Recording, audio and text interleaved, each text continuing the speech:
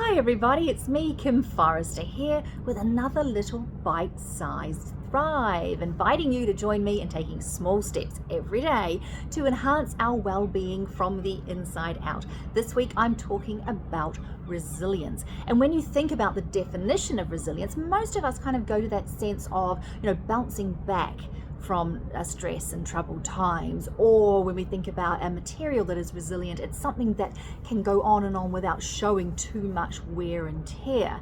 Now, the experts these days, the resilience experts, would like for us to reframe that whole concept of resilience.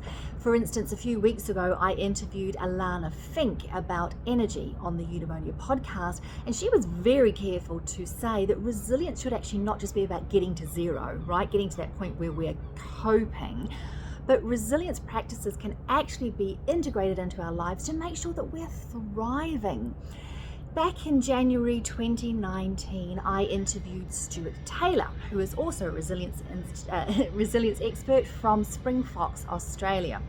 And he termed it in the way that instead of bouncing back from hard times and from stress and distress, resilience practices are actually there to help us bounce forward.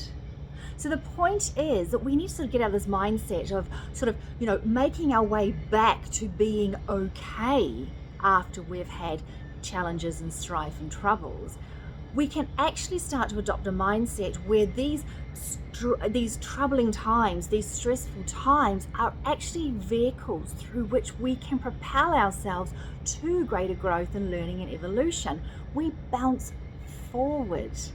And when we come out of that troubled time, we are a greater version of ourselves than when we first went in.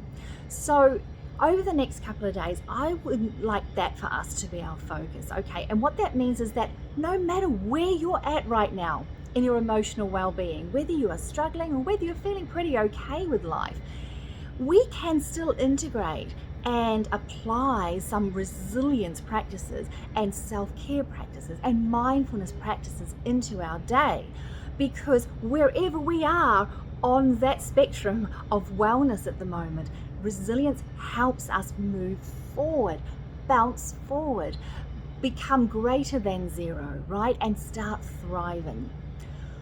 All that means for us all, those of you who'd like to join me over the coming days, there are 3 little questions that I'd like for you to integrate into your morning routine, okay? If you have a morning routine, if you don't, 3 little questions for you. The first question, how am I, right? Where am I at right now? First thing for us to do is actually become aware and check in to see how we are. Take 30 seconds to a minute to really reflect on where you are right now. The second question that follows, what do I need? What do I need right now? Okay? And then the third question, very, very important, how am I going to integrate those needs into my schedule today? Where am I at? How am I? What do I need? And how am I going to integrate those needs right now into the day that I'm scheduling for myself? So I think that if we all start to apply those 3 little questions over the coming days, preferably in the morning before we start our day, that what we'll find is that no matter where we are on our well-being spectrum right now, no matter how happy or fulfilled we feel, we can actually then tap back into some self-care practices, self-compassion practices, and mindfulness practices, okay? But the fact is that by asking that question, you'll understand what it is that you most need to nurture and nourish yourself in that day. So there it is, today's little bite-sized Thrive. I'm so grateful you're here with me, helping turn 2021 into something 2020 wonderful. I'll see you in a couple of days' time. Hopefully we'll all be feeling just that little bit more resilient and starting to bounce forward in our life. See you soon.